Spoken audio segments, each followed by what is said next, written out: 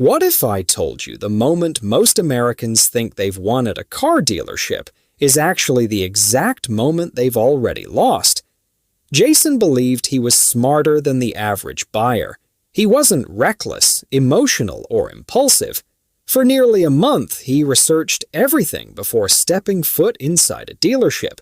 He watched YouTube videos about negotiation tactics, read car buying forums late into the night, compared dealership reviews across 3 different cities, and even printed out the manufacturer's invoice price for the exact SUV he wanted. The sticker price on the windshield was $41,380, but according to the data Jason found online, the dealer supposedly paid around $38,900 for it. So, in his mind, anything close to invoice meant victory. By the time he arrived at the dealership on a Saturday afternoon, he felt prepared for every trick in the book, or at least, he thought he was. The salesman greeted him with a smile, asked a few casual questions, and within minutes Jason was test driving the SUV while imagining himself already owning it. The dealership smelled like fresh coffee and polished leather. Giant American flags hung from the ceiling. TVs played sports in the waiting area, and everywhere he looked there were signs screaming, "Limited time offer" and "Best deal of the year." It felt exciting, professional, trustworthy, exactly the kind of place designed to lower your guard without you even realizing it. After the test drive, the salesman sat Jason down at a desk and asked the question every buyer hears. "So, what kind of monthly payment are you hoping for?" Jason smiled politely and immediately redirected the conversation to total purchase price.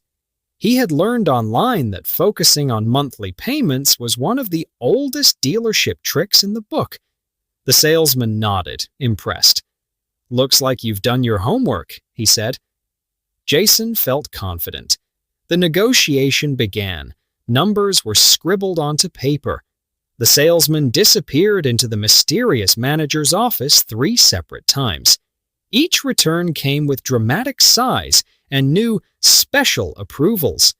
The price slowly dropped from $41,380 to $40,200, then $39,600, then finally $38,950, just $50 above invoice.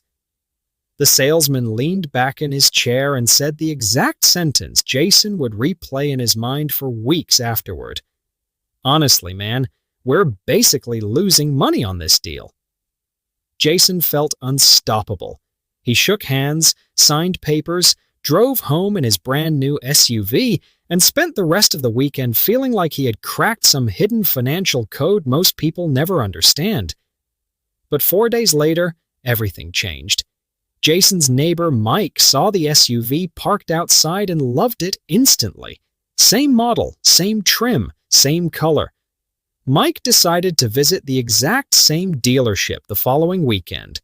When he came home with an identical SUV, Jason casually asked how much he paid. Mike hesitated for a second before answering, "About 36 grand. Jason laughed because he assumed Mike misunderstood the question, but he didn't. Mike paid almost $3,000 less for the exact same vehicle from the exact same dealership only days later. Same month, same inventory, same market. Jason felt sick. At first he thought maybe Mike got lucky with timing, or maybe the dealership had suddenly become desperate to hit sales quotas. But then Mike explained something that completely changed how Jason understood car buying forever. Mike never mentioned cash. He never acted overly excited. And, most importantly, he let the dealership believe they would make money financing the vehicle. That's when Jason realized something most Americans never see. The negotiation happening on the sales floor isn't the real business. It's the performance, the visible layer, the distraction. Because modern dealerships don't survive by making huge profits on the sticker price anymore. The real money is hidden underneath the surface in a system almost every buyer walks directly into without realizing it. See, when you negotiate a car price down close to invoice, dealerships expect you to feel victorious. That's intentional. Invoice pricing creates the illusion that you've discovered their secret cost, like you've somehow gained access to insider information ordinary buyers don't have. But invoice price isn't the real number. It's just the first layer of the game. Hidden behind it are profit streams most customers never hear about. First, there's holdback money.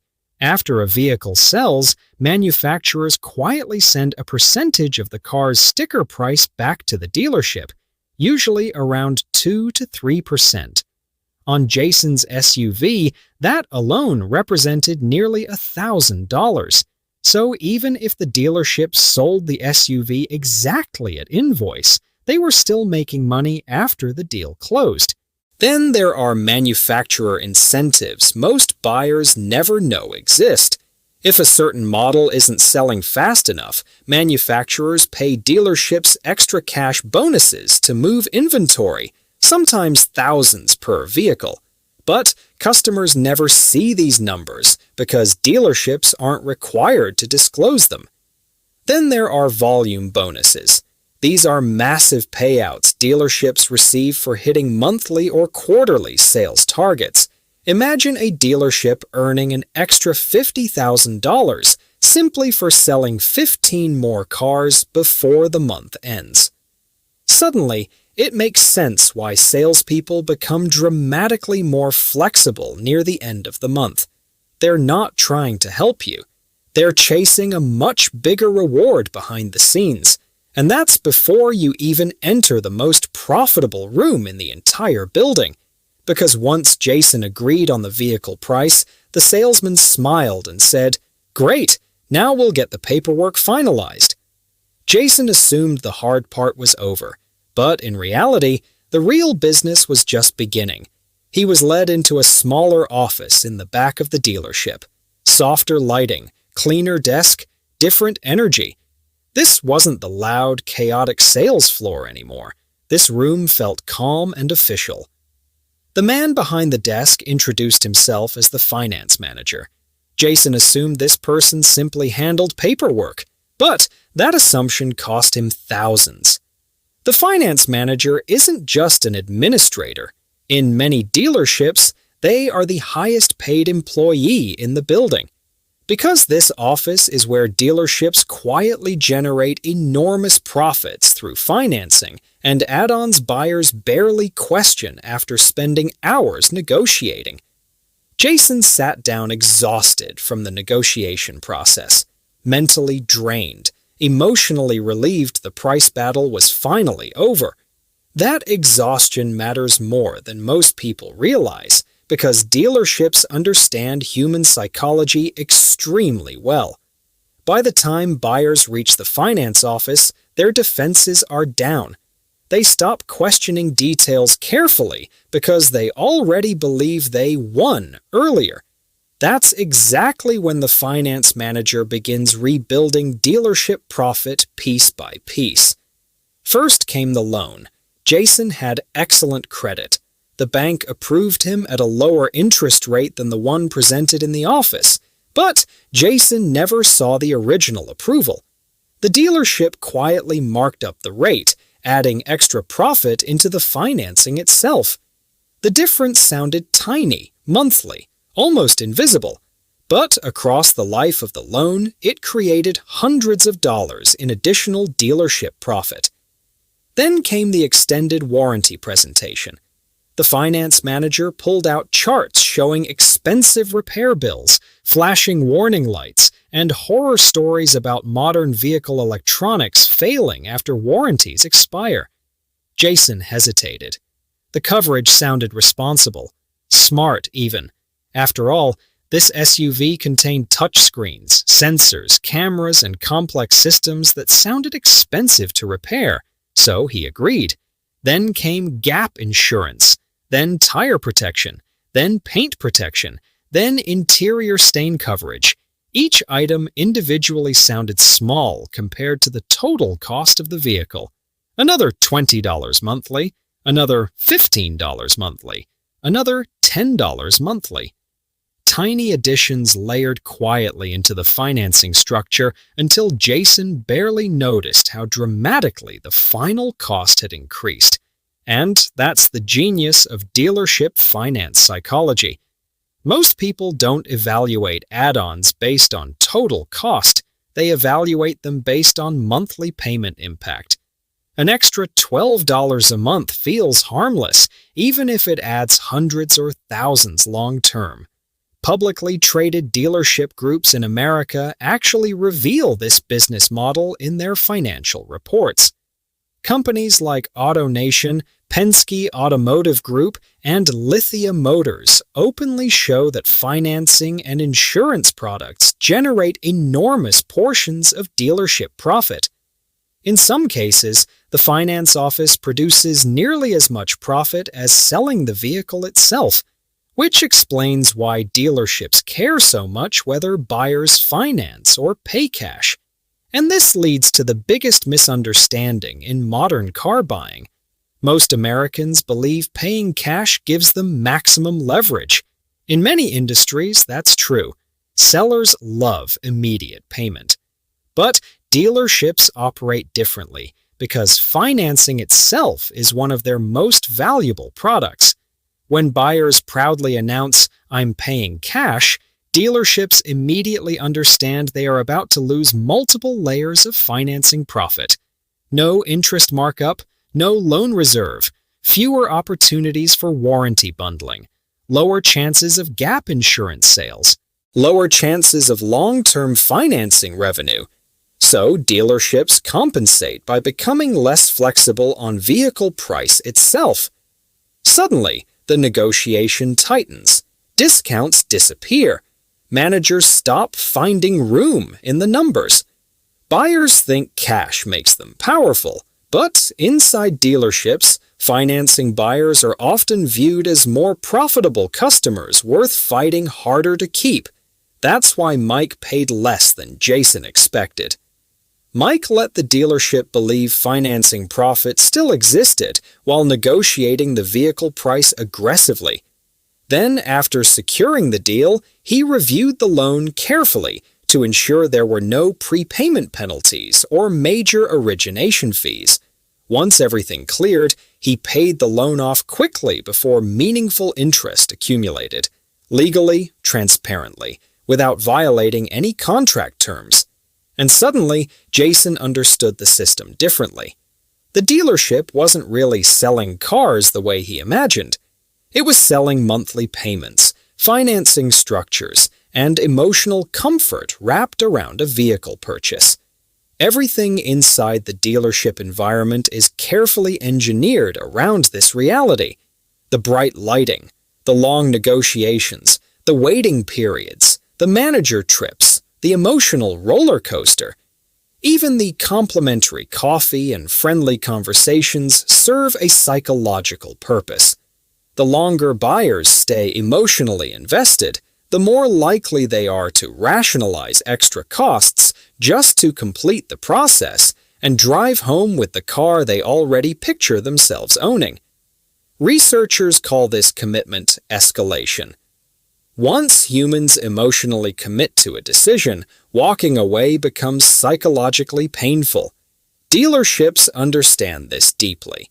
That's why test drives happen early, why salespeople ask personal questions about your family or lifestyle, why they compliment your taste in vehicles.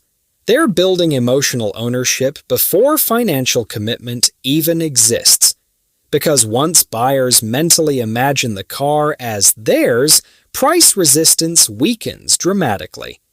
Jason realized something else too. Most dealership tricks aren't technically scams. The contracts are real. The signatures are voluntary. The products often provide legitimate value for certain buyers. Gap insurance genuinely helps people in negative equity situations. Extended warranties can protect against expensive repairs. Financing can absolutely make sense depending on interest rates and investment opportunities. The issue isn't that dealerships lie about everything. The issue is that buyers usually don't understand where dealership incentives actually exist, and whenever incentives become invisible, decision-making becomes dangerous. Think about how strange the process really is. Buyers obsess over negotiating the visible price while barely questioning the invisible financing structure attached afterward, even though the financing often determines the true long-term cost far more than the sticker price itself. That's the hidden math most people never calculate. A slightly lower vehicle price paired with a higher interest rate can easily cost more overall than a slightly higher purchase price with lower financing costs. Yet buyers emotionally celebrate winning the negotiation because the visible number feels psychologically important. Dealerships know this, which is why salespeople often redirect conversations toward monthly payments instead of total purchase price. Monthly payments create flexibility to hide costs across longer loan terms. Stretch a loan from 5 years to 7 years, and suddenly expensive add-ons barely move the monthly payment at all, even though buyers end up paying dramatically more over time. America's car market has quietly evolved into a monthly payment culture. Many buyers no longer ask, "What does this car truly cost?" Instead, they ask, "Can I afford the payment?" That shift changes everything, because once affordability becomes monthly instead of total, financial complexity becomes easier to hide. Jason started researching deeper after discovering all this. He learned dealerships sometimes earn bonuses from lenders for steering customers toward specific financing structures. He discovered some add-on products contain profit margins so large they can be negotiated heavily if buyers know to question them. He learned documentation fees vary wildly by state and sometimes contain dealership profit beyond actual paperwork costs. He even learned dealerships sometimes sell vehicles below apparent cost because back-end financing profits and manufacturer incentives more than compensate for front-end losses. Suddenly, the entire dealership experience looked different to him. The smiles, the urgency, the limited time offers, the carefully timed manager visits. It all felt less random and more like a highly optimized psychological system refined over decades. But Jason also realized something important most angry buyers miss. The dealership system exists because it works on human behavior, not because customers are stupid. Buying a car is emotional. It represents freedom, identity, success, safety, and lifestyle. People arrive excited, nervous, hopeful, sometimes stressed. Dealerships simply operate inside those emotions extremely effectively, and honestly, many buyers willingly trade financial optimization for convenience, speed, or emotional certainty. That's human nature. The problem only appears when buyers mistake emotional satisfaction for financial victory. Jason eventually looked back at his purchase differently. He still loved the SUV. It still fit his life perfectly.